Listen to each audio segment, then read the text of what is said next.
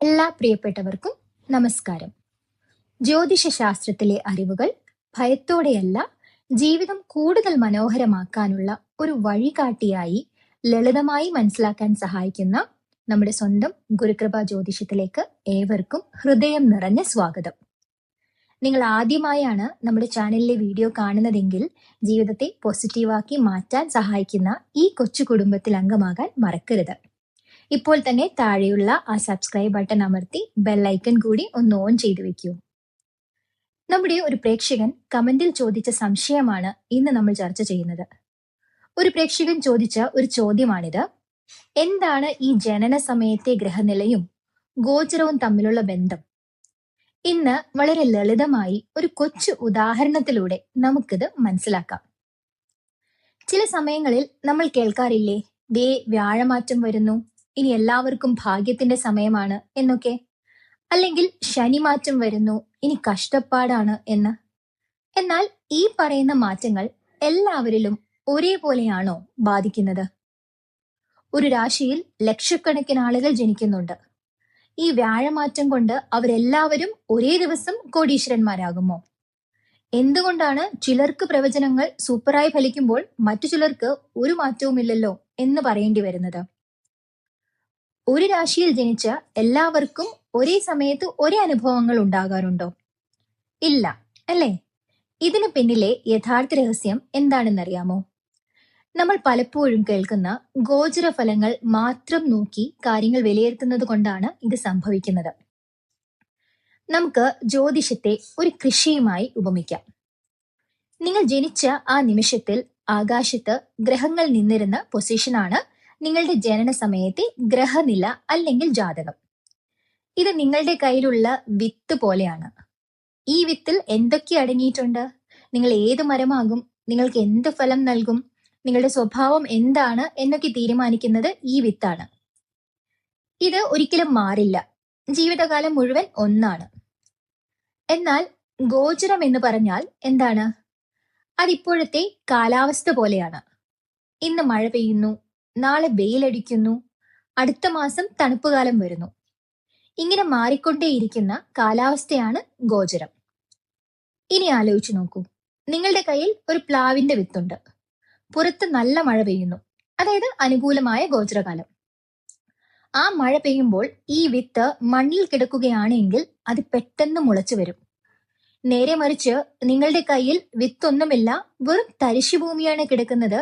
അവിടെ എത്ര മഴ പെയ്തിട്ടും കാര്യമുണ്ടോ? ഇല്ല. ഇതാണ് ജാതകവും ഗോചരവും തമ്മിലുള്ള ബന്ധം. നിങ്ങളുടെ ജാതകത്തിൽ ഒരു യോഗം അല്ലെങ്കിൽ ഒരു അനുഭവം പ്രോമിസ് ചെയ്തിട്ടുണ്ടെങ്കിൽ മാത്രമേ അനുകൂലമായ ഗോചരകാലം വരുമ്പോൾ അത് പൂർണ്ണമായി അനുഭവിക്കാൻ കഴിയൂ.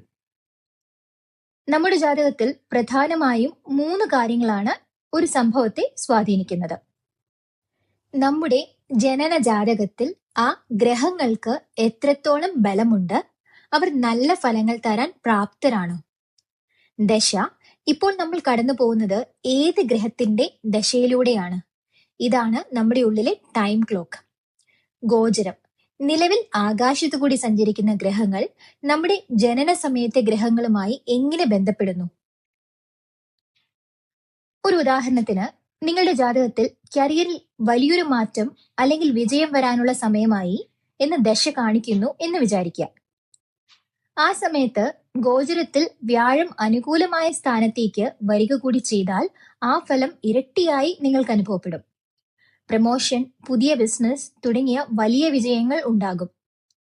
ഇനി നേരെ മറിച്ച് ജാതകത്തിൽ ദശ മോശമാണ്, പക്ഷെ ഗോചരത്തിൽ വ്യാഴം അനുകൂല സ്ഥാനത്താണ് എങ്കിൽ അത് വലിയ പ്രതിസന്ധികൾ ഇല്ലാതെ കാര്യങ്ങൾ മുൻപോട്ട് പോകും എന്ന് മാത്രം പറയാം.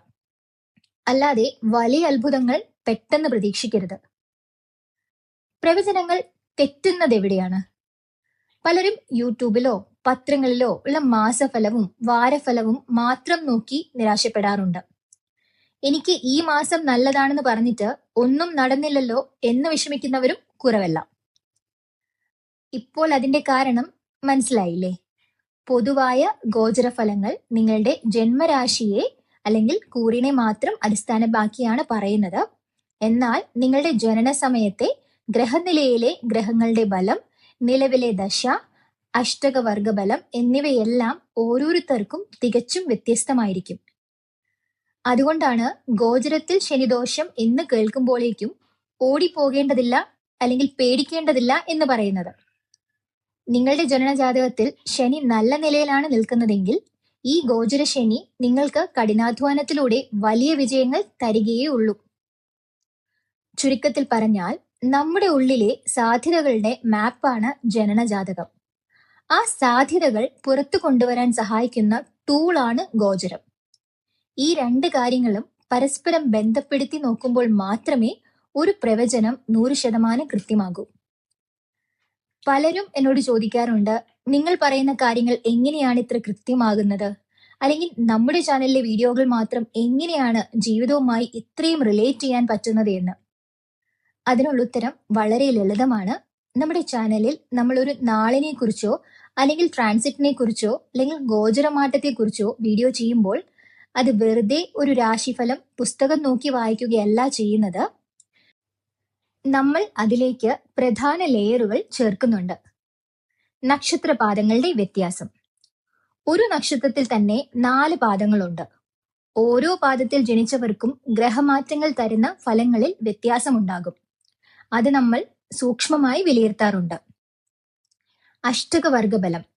ഗോചരഗ്രഹങ്ങൾ സഞ്ചരിക്കുന്ന രാശിക്ക് നിങ്ങളുടെ ജാതകത്തിൽ എത്രത്തോളം പോയിന്റുകൾ ഉണ്ട് എന്ന് നമ്മൾ കണക്കുകൂട്ടാറുണ്ട്. പോയിന്റ് കൂടുതലുള്ള രാശിയിലൂടെയാണ് ശനിയോ വ്യാഴമോ പോകുന്നതെങ്കിൽ ദോഷങ്ങൾ കുറയുകയും ഗുണങ്ങൾ കൂടുകയും ചെയ്യും. ദശാഗോചര സമന്വയം. ഏത് ഗോചരഫലം പറയുമ്പോഴും നിലവിൽ നടക്കാൻ സാധ്യതയുള്ള പ്രധാന ദശകളെ കൂടി ബന്ധിപ്പിച്ചാണ് നമ്മൾ സംസാരിക്കാറുള്ളത്. ചുരുക്കം പറഞ്ഞാൽ വെറും ഉപരിപ്ലവമായ കാര്യങ്ങൾ മാത്രം പറഞ്ഞ് നിങ്ങളെ പേടിപ്പിക്കാനോ അല്ലെങ്കിൽ വ്യാജമായ പ്രതീക്ഷകൾ നൽകാനോ നമ്മൾ ആഗ്രഹിക്കുന്നില്ല. കംപ്ലീറ്റ് മാത്തമാറ്റിക്കൽ കാൽക്കുലേഷൻസും ജ്യോതിഷ തത്വങ്ങളും അടിസ്ഥാനമാക്കി മാത്രമേ നമ്മുടെ ചാനലിൽ ഓരോ വീഡിയോയും പ്രവചനങ്ങളും നമ്മൾ തയ്യാറാക്കാറുള്ളൂ.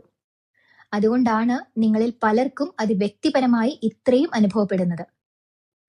ജ്യോതിഷത്തെ ഭയത്തോടെയല്ല, സ്വന്തം ജീവിതം മെച്ചപ്പെടുത്താനുള്ള ഒരു ഗൈഡായി വേണം നമ്മൾ കാണാൻ. ഈ ഒരു ലളിതമായ വിവരണം നിങ്ങൾക്ക് ഉപകാരപ്പെട്ടു എന്ന് വിശ്വസിക്കുന്നു. ഇതുപോലെയുള്ള ജ്യോതിഷ സംശയങ്ങളും ലളിതമായ വിശദീകരണങ്ങളും തുടർന്നും ലഭിക്കാൻ ചാനൽ സബ്സ്ക്രൈബ് ചെയ്യാൻ മറക്കരുത്. നിങ്ങളുടെ അഭിപ്രായങ്ങളും സംശയങ്ങളും താഴെ കമന്റ് ചെയ്യുമല്ലോ. മറ്റൊരു പ്രധാന വിഷയവുമായി അടുത്ത വീഡിയോയിൽ കാണാം. നന്ദി, നമസ്കാരം.